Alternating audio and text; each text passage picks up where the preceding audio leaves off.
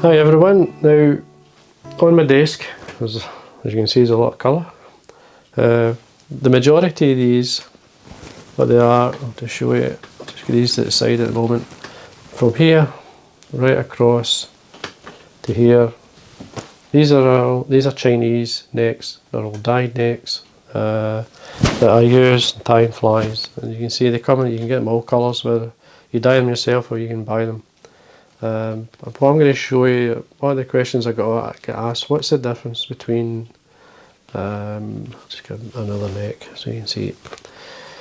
Between the sort of capes that I buy, like when it comes to, like, say, an American Rooster, which is this one, you can see it's a big cape, big hackles. They will tie much the same flies. We've got the Chinese in the middle, and we've got an Indian cock neck. These are all cock necks. And this in the size, though, they will all tie majority of the same flies. Now, why did we use Chinese necks and why? Well, when I first started tying flies, I would use these for tying dry flies, as well as traditional Scottish loch style flies, and as well as salmon flies, salmon sea trout flies. So, as a cape and for a tyer who just ties for himself, perfect. You'll get a few flies out of these necks. Commercial tying, well, that's just what we had. If you were going to commercially tie a fly, you had to use these hackles up. So you had to make sure you could use the full cape to make it worth your while. The Indian necks, you can get a lot of these more in like sort of small Scots grey or grizzle. You can get Crees, Badger, and so on. On the Chinese, you get mainly the main colours. You could get a kind of barred grizzle like this one here. To show you this. This one here was a barred ginger, sorry, or near a Cree. There's no black in it, but it's more a barred ginger. Which again, you could use that itself, or you could dye it. In this case, I dyed it yellow, and you get this lovely kind of golden yellow, which is it's a brilliant. It's a great cape in a lot of flies. But I mainly dyed sort of colours like these. I'd probably go through more orange and blacks, clarets, so on. Most recent cape I dyed was the magenta for the dabbler. So anyway, there's a kind of quick look at the sort of necks, the sort of normal chicken necks that you could buy and use for many years. I've been using these, and I still like using them. The genetics are good, especially the saddles and so on.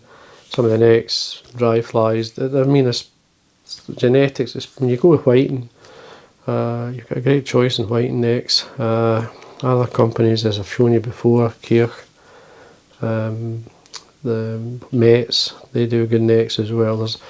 You just can, whatever you can source in colour. I'm always looking for good capes. When I'm in the shop, I pick up a neck, even if it's dyed. For instance, if I bought a yellow, and I've got a ton of yellow, for instance, there's a nice wee yellow neck.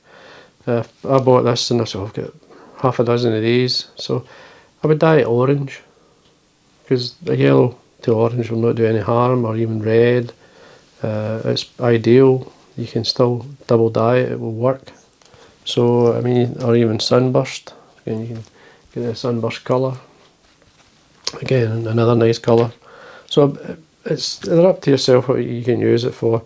But as I say, for normal tying, and it gives you a choice of tying. You can tie a lot of flies with these necks. Here's just I've got these were in amongst some of them for some reason, but these are hen necks. These are just Indian hen necks. These were badger, dyed olive. This one was dyed sunburst. These were like a kind of a grizzle, and I've just dyed them fluorescent yellow to get this kind of greeny colour. Goes the olive like. So very versatile necks to use. This is obviously a black, but this is an Indian neck. It's got a lovely colour, lovely shine. That's what you look for. So anyway, I thought just a wee short video just to have a quick look. The difference between the rooster, American Rooster, Chinese and Indian neck. So I hope you enjoyed that. Until next time.